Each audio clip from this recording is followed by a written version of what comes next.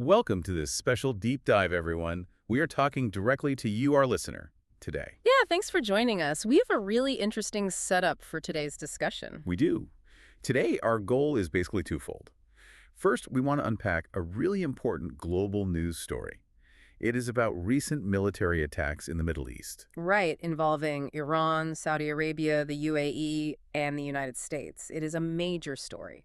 It really is. And our second goal is to do all of this using simple, clear, A1 level English. We are going to go slow and explain new words. Exactly. But before we jump in, I need to state a very clear rule for our show today. We are not taking any sides here. No, not at all. The goal is just to read the news report, share the facts exactly as they are written in the source, and help you practice your English. We are totally impartial. Okay, let's unpack this.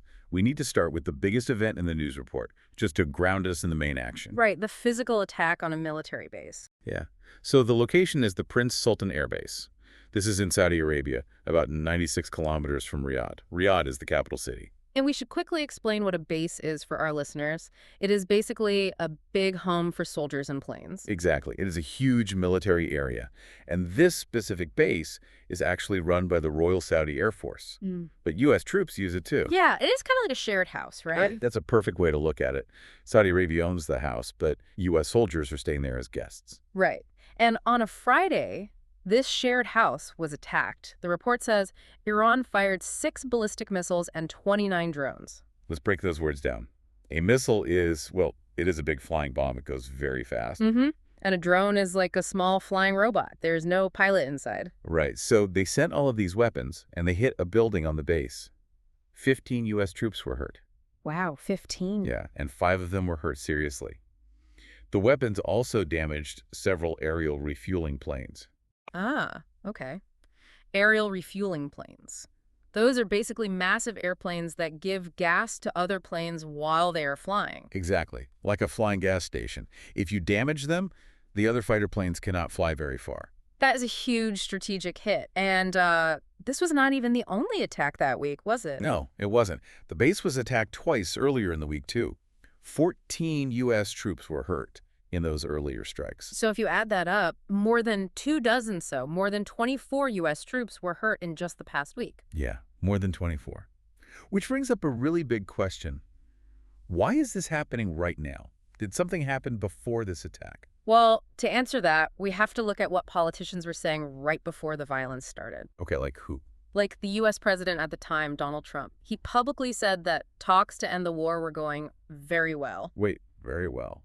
But the base just got attacked. Right. What's fascinating here is the massive difference between those hopeful words and the violent actions on the ground. Yeah, that is a huge contrast. It really is. And Trump also gave Iran a deadline. He said they had until April 6th. Okay, let's pause for a vocabulary check.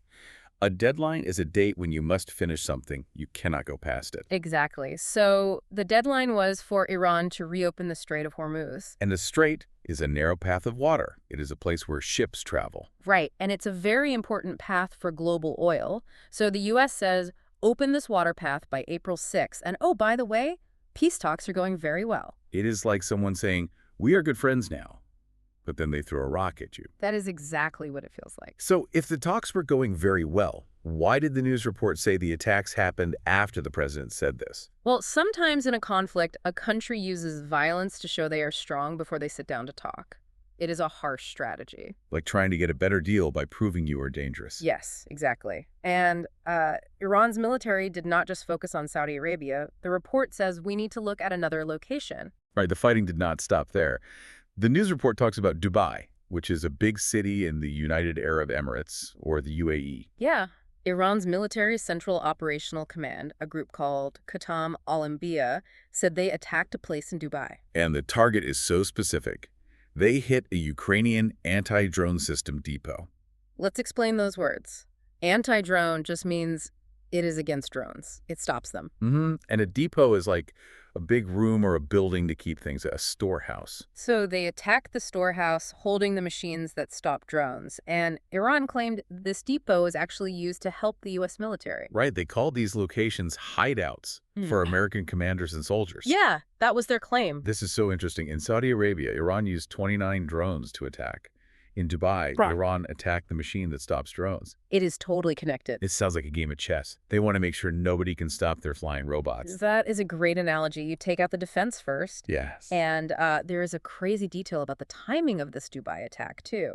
Oh, right. Earlier that exact same Saturday, the Ukrainian president, Volodymyr Zelensky, was in the UAE. Yeah, he made an unannounced visit, like a surprise trip. And the report says he went there to agree to cooperate on defense. Wow. So he is there talking about defense, and a Ukrainian defense depot gets hit on the same day. The timing is just unbelievable. So we have looked at Saudi Arabia, we have looked at Dubai. But we also need to look inside Iran's borders, too, to see the other side of this conflict. Yeah, what is happening on the ground there? Well, Iran's Revolutionary Guards say they found more than 120 unexploded cluster bombs. Okay, wait. Unexploded means the bomb did not go boom. It is just sitting there. Exactly. It is still highly dangerous, so the guards had to dismantle them. Which means to take them apart safely. Right. So they cannot hurt anyone. Right. They take the explosive parts out, over 120 of them.